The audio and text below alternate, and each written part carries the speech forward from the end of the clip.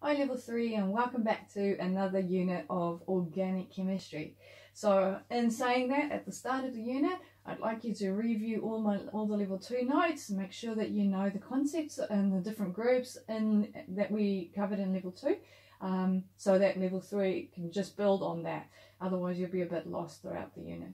Okay, so let's jump right into the different isomers that we know, and we're going to learn about the third type of isomer that we get. That's level 3 work. So let's start. So as you can remember, hopefully we have covered two types of isomers in level 2. So the first one, remember, was the structural isomer. So structural isomers was the ones that we had a molecule C4, for instance, HT, and we could draw different variations of it. So they could either be a long chain of carbons, or it could be a branch chain of carbons. But as long as they have 4 carbons and 10 H's, they contain the same atoms, but they look a bit different. We call them structural isomers. Okay, so that was the first one. Hopefully you can remember it. It's very basic. Hopefully now at level 3 level. The next one that we looked at was geometric isomers. So geometric isomers were those isomers that only existed in alkenes when we have the double bonds. So geometric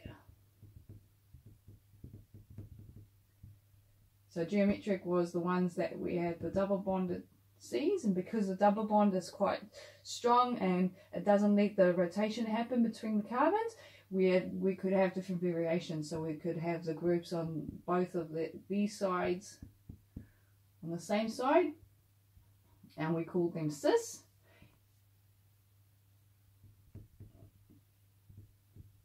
And then we could have groups on opposite sides, and we called them trans. I can't see that.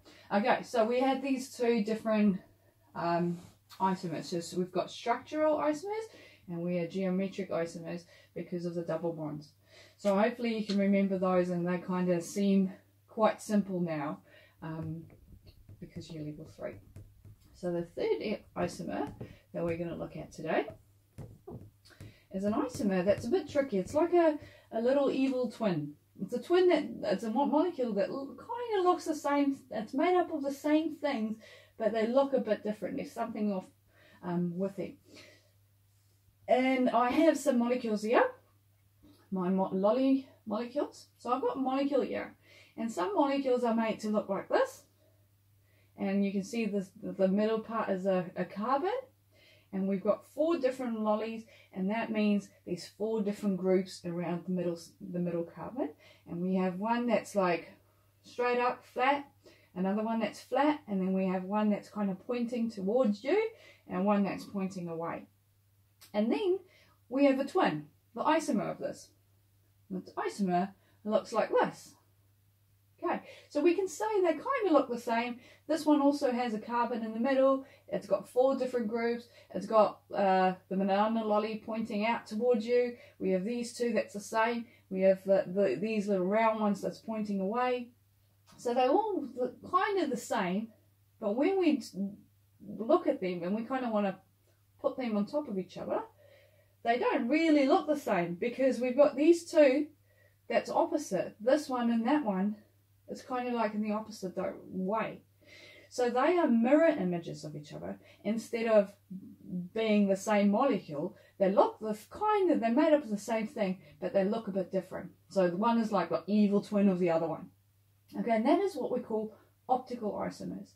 So an optical isomer is an isomer that has the same groups around the central carbon, but it is not the same identical copy. It's a mirror image of the one molecule. Okay, so if we could draw them, and I'll show you an example of a molecule that looks like this. Because it's a 3D thing, and because of the 3D orientation of the molecule, it's quite important to draw these molecules in a 3D way. So we have this one molecule that looks like this. So for instance, if we have an H and we have an OH, We have a CH2,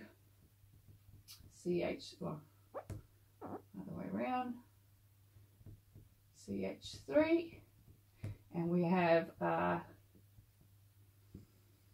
CH3. Okay, so if we look at this, remember when we looked at this molecule, so for instance this is now the CH3 molecule.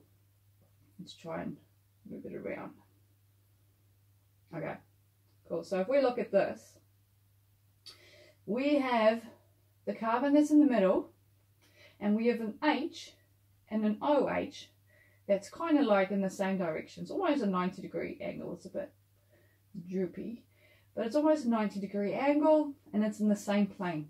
So when we say it's in the same plane, it's kind of like lying on flat on the sheet in front of you in your book. So these ones are flat. Then we have this little one here. That's that one. And that one is sticking out and it's going towards you.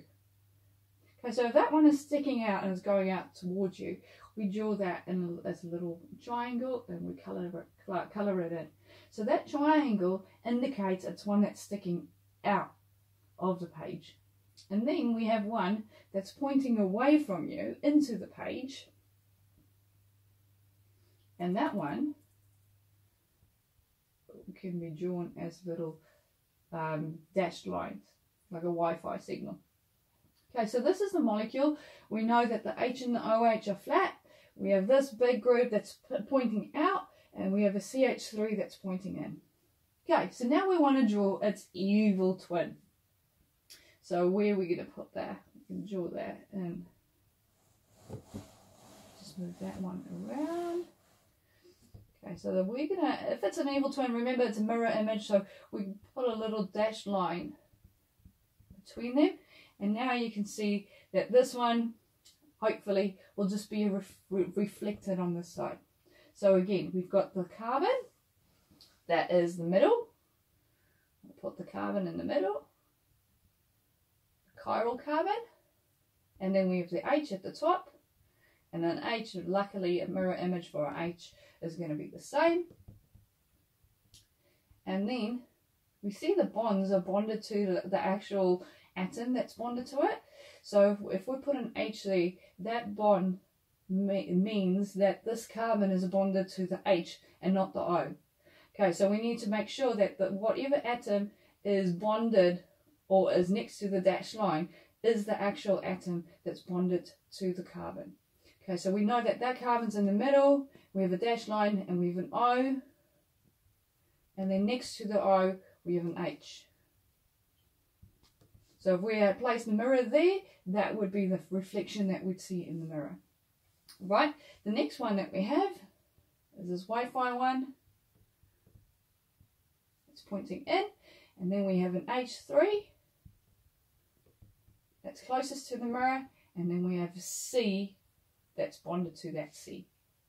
Right, so if you look at those two, they're the mirror images of each other. If we put a mirror there, that's what you'd see. You'd see 3 H's. Some students want to put a 3 there, but leave the numbers with the atoms. So leave the numbers attached to the atoms that they come with. Okay, so the numbers don't mean anything. The next one is a little triangle, other way around. And that one is a C, and then an H2, and then a C, and an H3. And when we look at them, they are mirror images of each other, right? With the carbon that's in the middle. So a requirement for an optical isomer is that all 4 groups need to be different, and the carbon that's in, or the carbon that's in the middle, called the chiral carbon. So that one is called chiral carbon. That chiral carbon needs to be attached to 4 different things, and they need to be mirror images of each other. So they are twins. They're made up of the same things, but they behave differently. Okay, so why do we need to know this optical, the the importance of optical isomers. So why do chemists need to know about it? Okay, so for a long time, we didn't know that they had evil twins or molecules that behave differently because they all look the same. If you look at the molecule, it's made up of the same groups, so they assumed that it was the same thing. But then over time, they realized that in some cases, when we looked at medication, some medication that's made up of the same thing doesn't do the job that it's made for, and then others will do the job. And they were kind of thinking, why is this? So they tested it, and the only way we can test it is by shining light through it. And because these molecules are different with different groups arranged around the carbon, this one might deflect light to one side, and then the other one, because it looks like this, when light shines into it, it might be deflected to the left. So the light, plain polarized light, that's what you call it, if it shone through a solution of this or a mixture of that, some would deflect light to the one side and the other one will deflect it to the other side. And that's the only way that we can find out which one is which of the twins that we're working with. A good example, everyday example of it, is ibuprofen that you drink as a painkiller. One molecule that looks one way does the job and is very effective as a painkiller, and its twin doesn't do anything. So if you have a big batch of ibuprofen that is the one evil twin or the other twin, it won't do anything, whereas the proper one, the one other twin, might be the actual painkiller. So optical isomers are quite interesting. It's quite interesting to know and to learn about them. So the main things that you need to know is you need to identify if you have a molecule that looks like this. CH3, CH2, CH,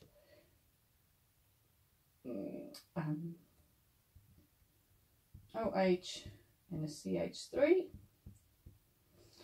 You'll need to identify which of these carbons is going to be the carbon that is in the middle, the chiral carbon.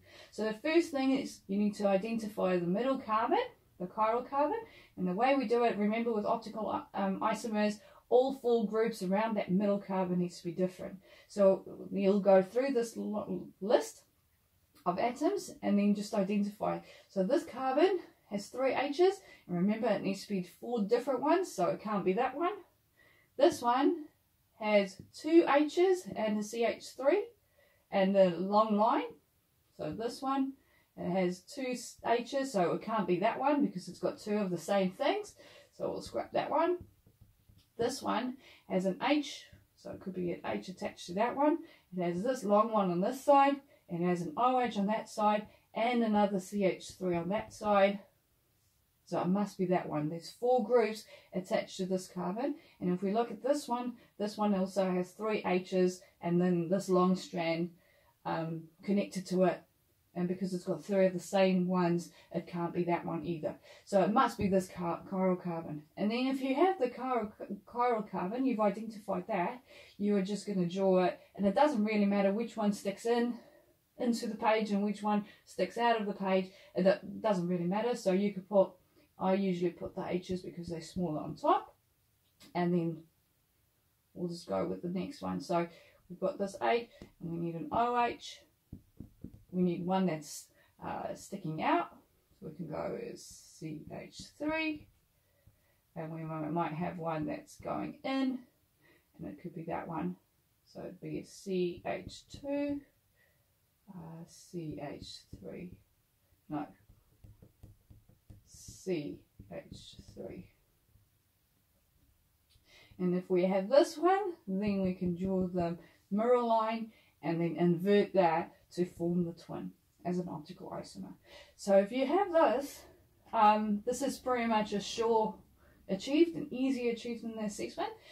So I'd make sure, if I were you, to understand what optical isomers are, because what they'll say, they'll give you a molecule and ask for you to draw the two optical isomers of it.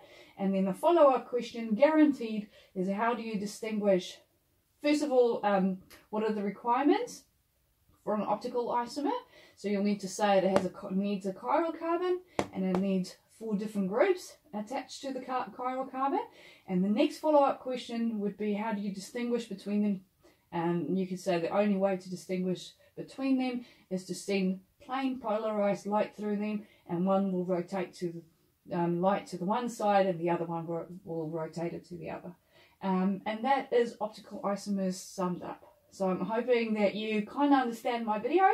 If there's any questions, let me know, and I'll jump right in and try and answer them. Cool. Until next time. See ya.